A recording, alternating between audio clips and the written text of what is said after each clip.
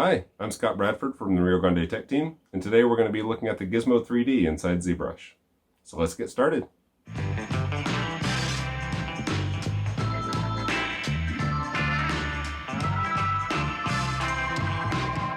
Okay, so today we're going to be talking about the Gizmo 3D, and in order to do that, we're going to need a couple subtools. So I'm going to navigate over here to my tool palette and click on the box here to bring in a primitive, and I'm going to bring in a sphere 3D. So I'm going to left click and drag, bring that out, release, and immediately hit the T key on my keyboard or click the edit object. So just to kind of get things ready, I'm going to go ahead and make this a Polymesh 3D by clicking on the Make Polymesh 3D button up here on the tool palette. And I'm going to add some subdivisions to it.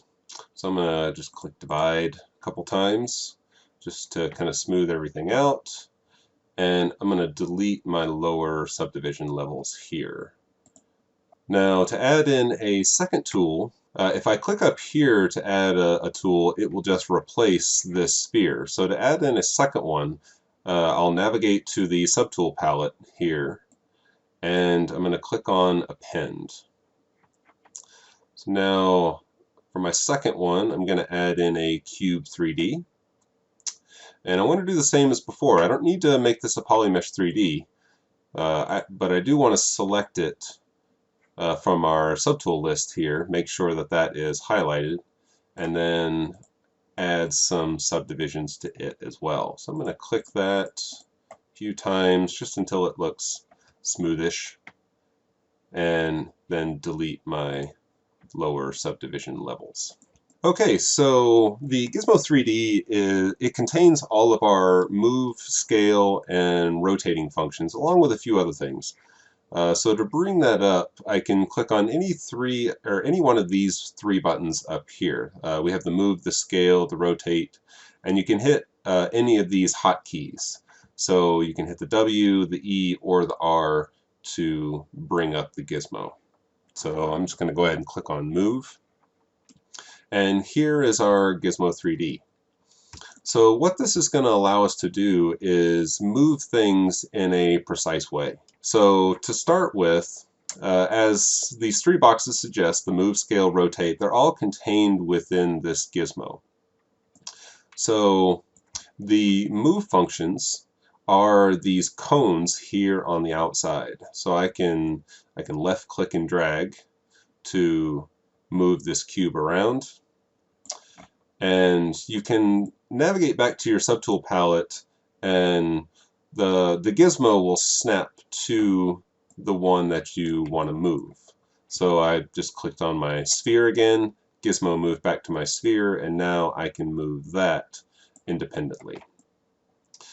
These cones and these colors, I should say, are representative of the three axes. So the X, the Y, and the Z.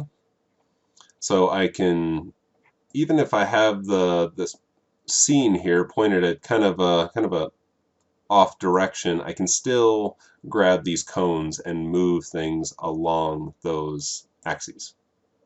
So on the interior here, we've got these boxes. So the X, the Y, and the Z, and these are for our scaling.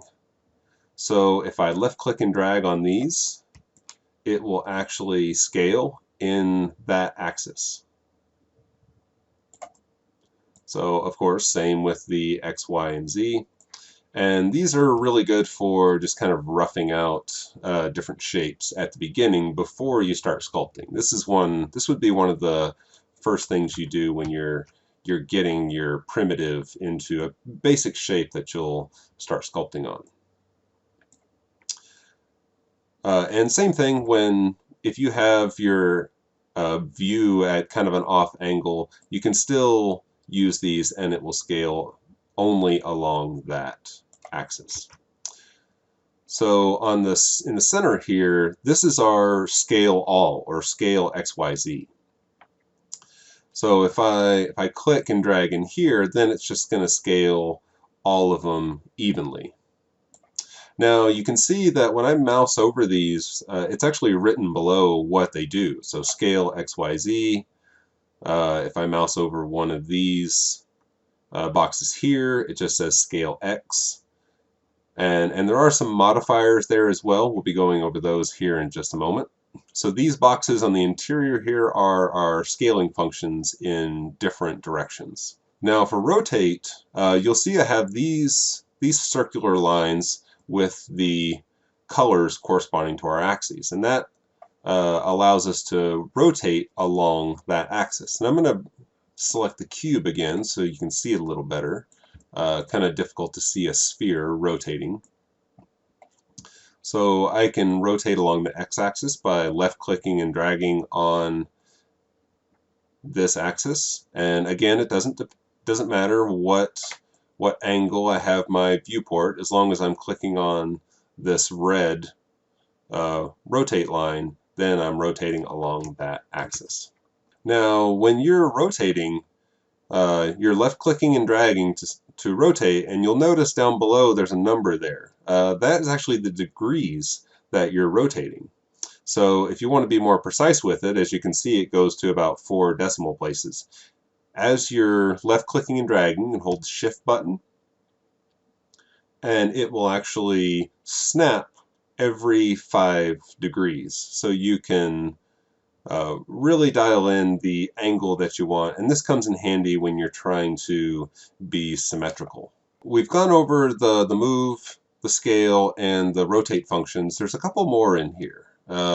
You'll notice that these rotate lines, they'll move with the axis. They are pinned to their respective axis. However, we've got this white one here on the outside that is not moving, and that's because that allows us to rotate relative to our scene. So whatever angle I have my kind of camera pointed here, I can left click and drag and rotate along the scene. Now this can be a bit unpredictable because you can have your angle of your camera in pretty much any direction. So getting precise movement with this is a bit tricky. But what you can do is when you're holding right click and spinning to get the view down, you can snap by holding Shift to that axis, and you can now rotate along that respective axis. And again, I can hold Shift to snap to certain degrees. Now the last one here is these little arrows here. So these arrows are going to allow me to move freely within my scene. So I can left click and drag, and I can move this anywhere that I want. And again, same with this white kind of rotate function on the outside. This will be respective to the angle in which you're looking. So if I have my scene kind of off to the side here, or my camera off to the side, and I left click and drag, it's going to move it relative to my scene. So those are kind of the basic functions of the gizmo, but let's look at some of the modifiers as well. So when I mouse over these, you'll see it says under this move command, it says move X, Alt to unlock. So we're going to be going over the lock and unlock feature here in just a sec. But some of these have a few different modifiers in there. So if I go to one of these scaling ones, it says scale X, which is just left clicking and dragging. But it also says Control to clip and Alt to scale in Y and Z. So if I hold Control and then click and drag, you can see I'm actually clipping off part of that primitive. And of course this works in either direction, so you can kind of rough out the shape you're wanting. And if I hold Alt while I'm doing this, you can see it's only scaling in the X and the Z axis. My dimension in the Y axis is not changing. And all of these interior boxes have that same function. So, and these are tied to the different axes, so I don't have to worry about which way I have my camera pointing. I can just hold Control and start clipping away this primitive. The gizmo really comes in handy for that early layout when you bring in a primitive and you're getting a very basic shape ready to start sculpting or whatever you have planned for it. These are great functions for that. The scale in X, Y, and Z. So if I hold Control, it'll actually just kind of inflate it a little bit. You can see it's getting a little boxier as I go smaller, and then as I bring it out, you can see it's actually changing some of the geometry here. That's because we've only got certain subdivisions, so it's trying to stretch these subdivisions. If I click on polyframes, you can see it's trying to keep the model together. So be careful with this. That is best with Dynamesh objects, so you could always just re-Dynamesh after you're done. So I'm going to go ahead and turn off our polyframes again. Let's just get back to our regular screen here. So those don't forget about these kind of alternate functions, because clipping these primitives is a really nice way of making quick adjustments to these, and as you can see, they allow you to keep a pretty sharp edge, even though I've got some pretty decent subdivisions to do some sculpting on this model, but I don't have to worry about creasing or anything like that. So yeah, don't forget those are there. So I'm going to go ahead and undo and get back to our two primitives. So on the top here, we have a variety of functions that will definitely come in handy. So the first one we're going to talk about, we're going to come back to customize here towards the end, but we're actually going to start with sticky mode. So if I click on that and activate sticky mode, what that does is when I move something, so I'm going to left click and drag over here, my gizmo is going to snap back into its original spot. So why would you use that? One of the reasons, there are multiple reasons, but one of them would be to rotate along a certain axis. So let's say that my gizmo was in the center of something and I wanted to move this along an outside axis.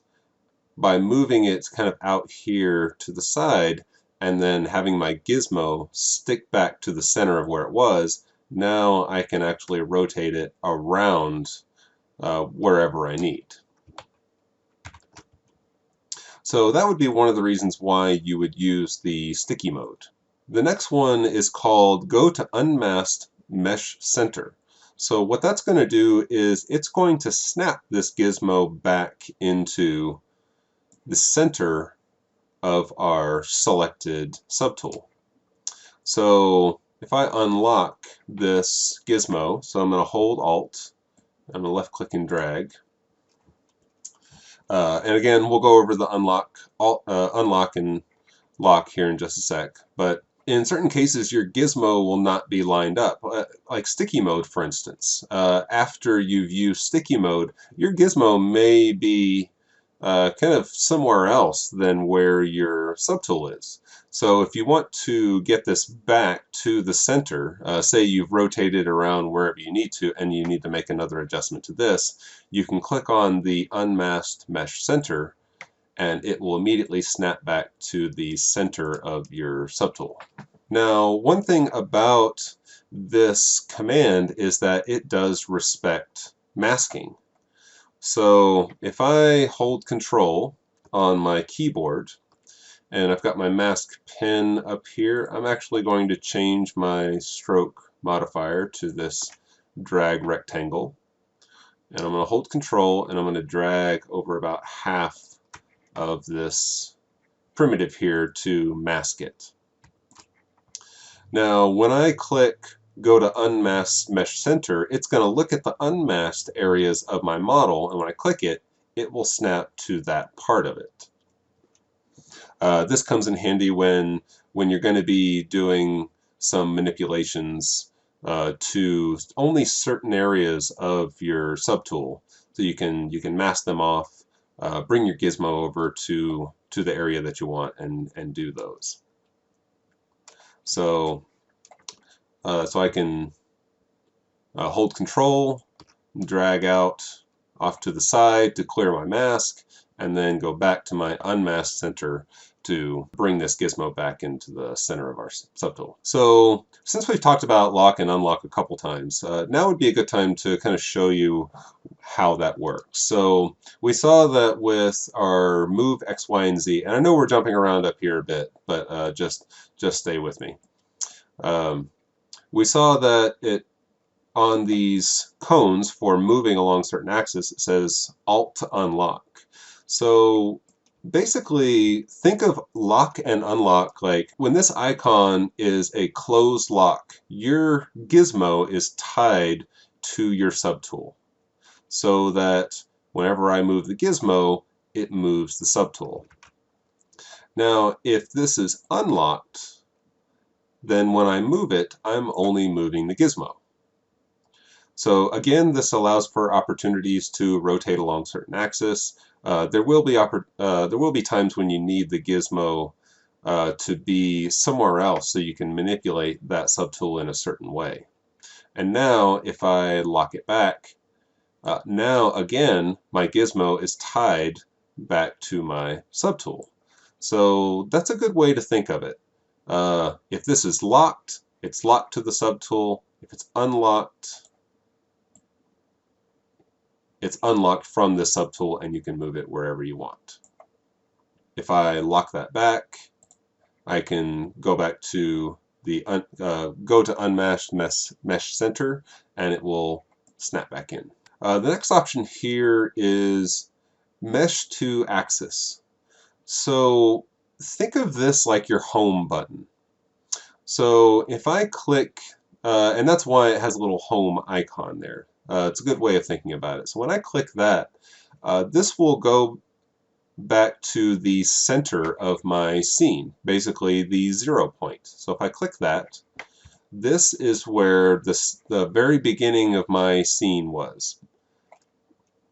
Now, if I undo, again, this will respect the lock and unlock feature. So if I unlock that and I click the home button, it only takes the gizmo with it because it's now been unlocked from its subtool.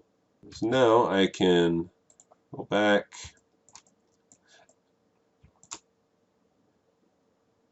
and that's just a good way to get something to the center of your scene. When you generate primitives in ZBrush, it's always going to start right at the home home area, or the 0 of your scene.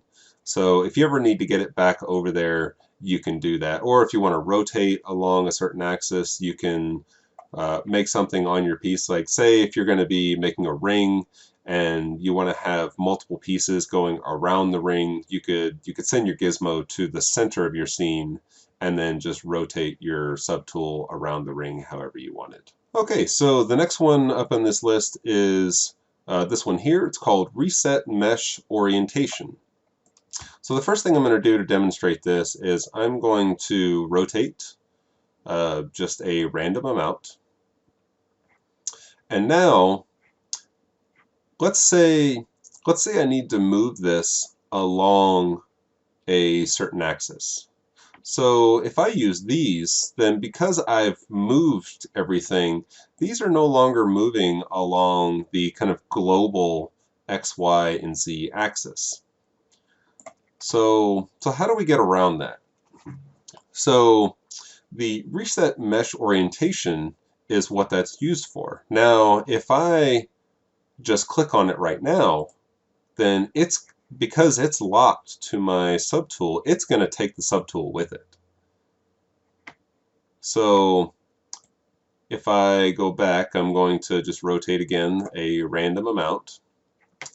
Now, if I unlock my gizmo and then click Reset Orientation, it's just going to reset the gizmo itself. And now I can lock it back in, and now I can take this rotated object and move it along the X, Y, and Z axis. And the reason why that would be important is because if you have multiple subtools, um, like this sphere, for instance, this sphere, I haven't been rotating at all. It's still along the global kind of X, Y, and Z axis. And by rotating this, we changed the orientation of this, and we need to be able to move this subtool relative to these other ones. So this just kind of, think of it like a reset for the Gizmo 3D to get it back to the direction that it's supposed to be. Now the last one here, it says transpose all selected subtools. As you've probably noticed, when I'm moving an object, it's only moving this selected subtool. It's because I have it selected over here. And if I select the sphere, then the gizmo jumps to the sphere, and then I can move that. But what this command, this transpose all selected subtools, does is it allows me to click on that, and then I can move all of the subtools in my scene all at once. So that way it grabs the sphere and the cube and moves them however I need them to.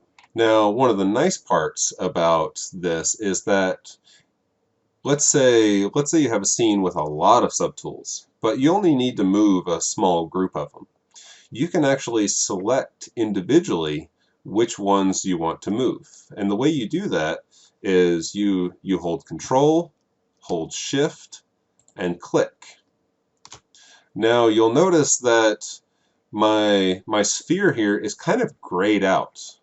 That means that it is not selected. So as once you turn on this transpose all selected subtools option, you can hold Control and Shift and individually click on the subtools that you want, and it will only move those. And then to get rid of this, I hold Control and Shift and just drag a box out in the scene somewhere. And now I can, again, move all these together until I've unchecked the Transpose All Subtools button. And now I can move these individually. So yeah, once you start getting into scenes that have lots of subtools in them, if you need to make little groups, to make adjustments to those, that's the command that you would use to do that. Okay, so the last one that we're going to look at up here at the top is the Customize button. So when you click on that, it's going to bring up a new window here. And that's because the Gizmo 3D has a lot of extra features built into it. We can actually generate primitives within the Gizmo 3D. So I can actually click on one of these, like a cylinder or a polycube, and whatever tool that I have selected here will be replaced. So I'll go ahead and I'm going to bring in a third subtool, and I'm just going to bring in this star here, and I'm going to select it and just kind of move it where we can see it. So if I click on Customize and let's do a cylinder 3D. So now my star has changed to a primitive that I can actually do a bit more modification on. You can see I've got these little cones that are sticking up out of the side. So over here, this one is V divide and H divide. So what that does is it can actually, as I click and drag on these, I'm actually adding more geometry to it.